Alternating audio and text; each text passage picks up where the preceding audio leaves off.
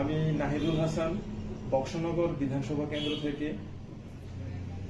আমি বলতে চাই যে বিগত 25 বছরের বাম আমল এবং তারপরের রাম আমল 18 থেকে শুরু করে 2023 অব্দি এই পর্যন্ত ত্রিপুরার যেই অবস্থা, সেই অবস্থায় দেখা গেছে যে দ্রব্যমূল্যের মূল্য বৃদ্ধি, জ্বালানি থেকে শুরু করে পেট্রোলিয়াম, গ্যাস এবং রাস্তাঘাটের বেহাল দশা, শিক্ষার বেহাল দশা, স্বাস্থ্যের বেহাল দশা। এই অবস্থায় মানুষ ত্যক্ত হয়ে গিয়েছে সরকারের প্রতি। মানুষ কি করবে সেটা বুঝতেই পারছে না যে আসলে কি করা যায়।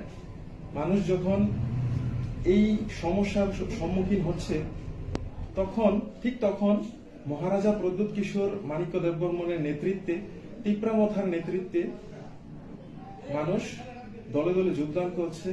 আর এই তিপ্রামথায় ত্রিপুরা রাজ্যের এডিসি অধ্যুষিত এলাকাতে এডিসিতে 20টি এবং এডিসির বাহিরেও মোটামুটি 20 থেকে 25টি, অর্থাৎ টোটাল 45 to 50 হতে পারে। এটা এখনো হয়তো বা ফাইনাল হয়নি, কিন্তু 45 to 50 ক্যান্ডিডেট দেয়া হবে এবং 2023 নির্বাচনে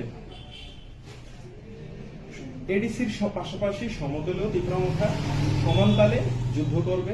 এই যুদ্ধে এককভাবে তিপ্রামথার সরকার তৈরি করার জন্য তিপ্রামথা লড়াই করবে মহারাজা প্রদ্যোৎ কিশোর মাণিক্যের নেতৃত্বে। আর তার পাশাপাশি বিভিন্ন সমস্যা থেকে বঞ্চিত যত জনগোষ্ঠী আছে সকলকে নিয়ে তিপ্রামথার একটি সংগঠন তৈরি হয়েছে, যার নাম হচ্ছে ত্রিপুরা সিটিজেন্স ফেডারেশন।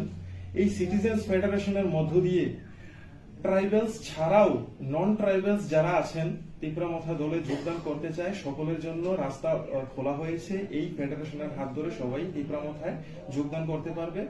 এই সংগঠনের মধ্য দিয়ে সকলে, হিন্দু মুসলিম নির্বিশেষে, বৌদ্ধ খ্রিস্টান থেকে শুরু করে সকলেই নির্বিশেষে এই দলে যোগদান করতে পারবে এবং করছে।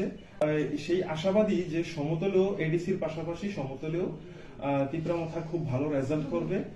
সেখানে আমরা বিশেষ করে সোনামুড়া সাব ডিভিশনের অন্তর্গত বক্সনগর, ধনপুর, নলছর, পাশাপাশি মাতাবাড়ি আছে, এই সব সিটেও আমাদের টিকিট দেয়া হবে।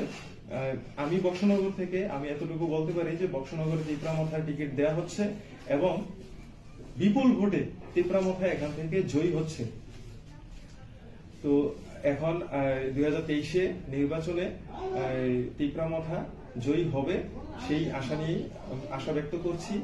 সকলকে অনেক অনেক ধন্যবাদ পাশে থাকার জন্য। Thank you. আপনাকে ধন্যবাদ।